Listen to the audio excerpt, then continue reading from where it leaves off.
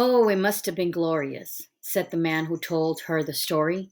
He continued, after old Sam Houston left Gonzales, he kept running ahead of Santa Ana, like a fox chased by a hound dog.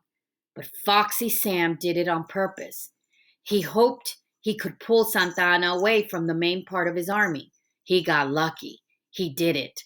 Just last week, it was April 21st, right by Buffalo Bayou and the San Jacinto River.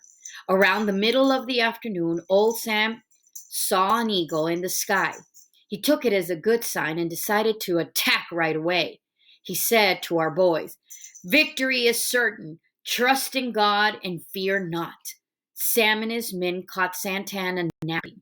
I mean, Santana really was taking a nap under the big oak tree in his camp when Sam's two little cannons opened up and our boys charged. Amazed and thrilled, Susanna listened intently to every word. Although badly outnumbered, Houston pushed through meadow grass tall as a man, then up on a hill to a barricade the Mexicans had built when they set up camp.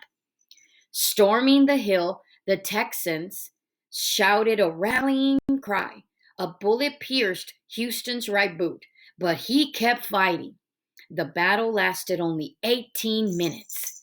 The poor Mexican soldiers thought they'd get the same cruel treatment our men got in San Antonio.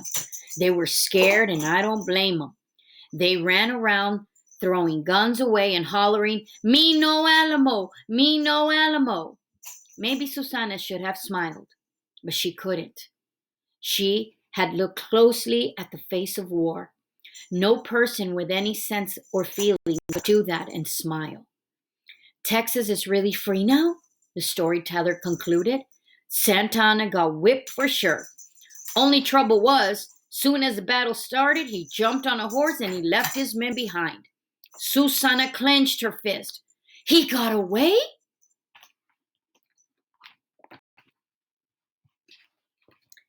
And this was his Mexican troops leaving.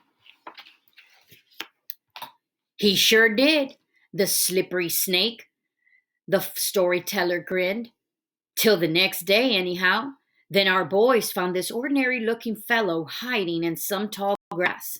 They dragged him to General Houston.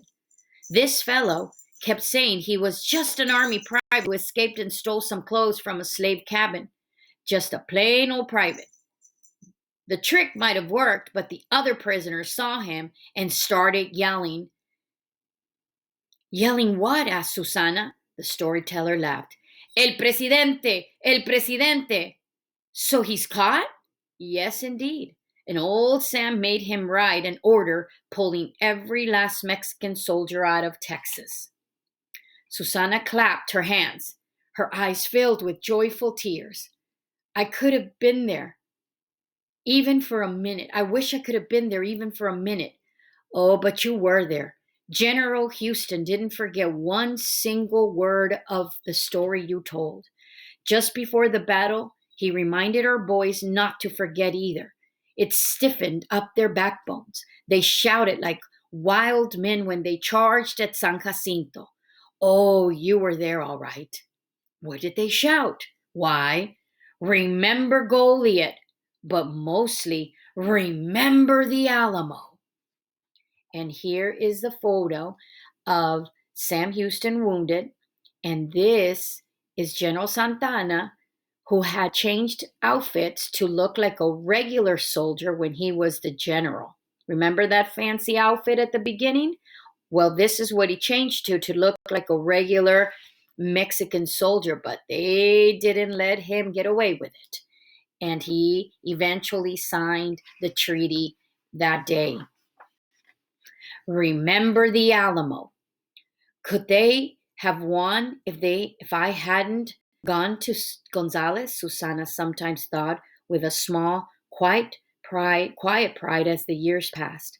She remarried and never spoke of the Alamo again until late in her life.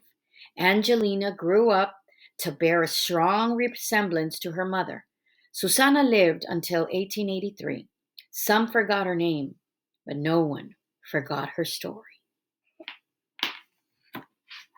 The end. Thank you for reading.